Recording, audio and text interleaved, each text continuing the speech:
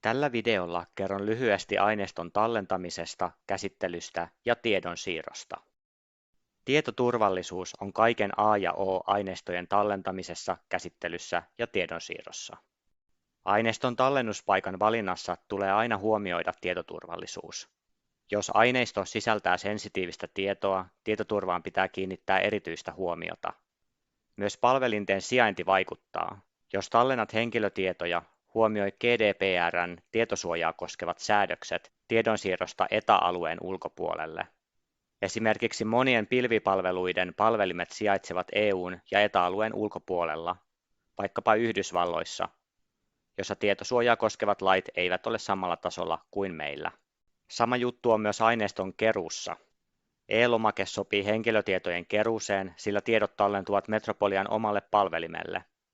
Samasta syystä myös henkilöhaastattelujen tallennus tulee tehdä Zoomissa, sillä Zoom mahdollistaa videoiden tallentamisen paikalliselle koneelle, jolloin tietoja ei tallenneta pilveen.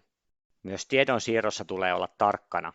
Metropoliassa on käytössä turvapostitoiminto, jota käytetään kun lähetetään henkilötietoja, sensitiivistä tietoa tai luottamuksellista tietoa Metropolian ulkopuolisiin sähköposteihin. Funet FileSenderillä voi lähettää suuria tiedostoja.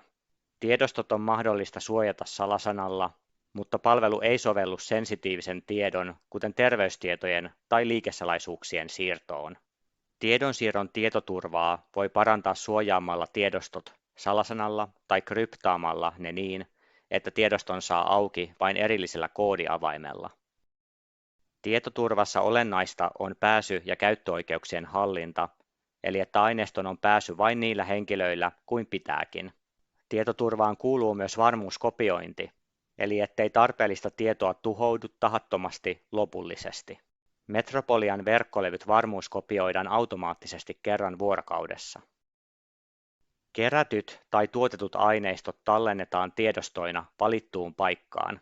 Tallennuspaikan valintaan vaikuttavat muun muassa se, käsitteletkö aineistoa yksin vai yhdessä muiden kanssa, tarvitaanko tallennustilaan pääsy myös Metropolian ulkopuolisille henkilöille, onko dataa todella paljon tai tiedostokoot isoja niin, että tallennustilaa tarvitaan paljon, sekä se, sisältääkö aineisto henkilötietoja, sensitiivistä dataa tai muuta luottamuksellista tietoa.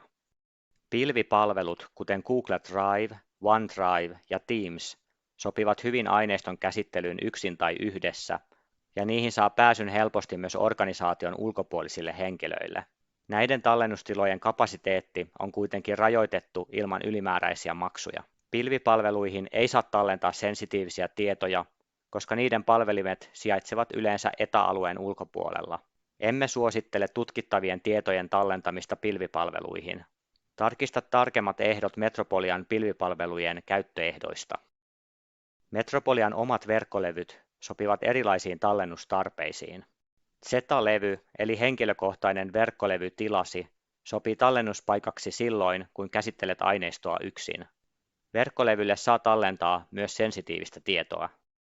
Hankekohtainen U-Priva-levy sopii tallennuspaikaksi, kun käsittelet aineistoa yhdessä metropolialaisten kanssa. Se sopii myös sensitiivisen datan tallennukseen. Tilaa haetaan Metropolian tietohallinnolta.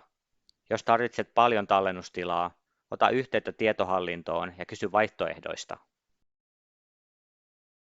Kun tarvitset sensitiiviselle aineistolle sopivaa tallennustilaa, johon on mahdollista saada pääsy myös Metropolian ulkopuolisille henkilöille, MetroArk on hyvä vaihtoehto.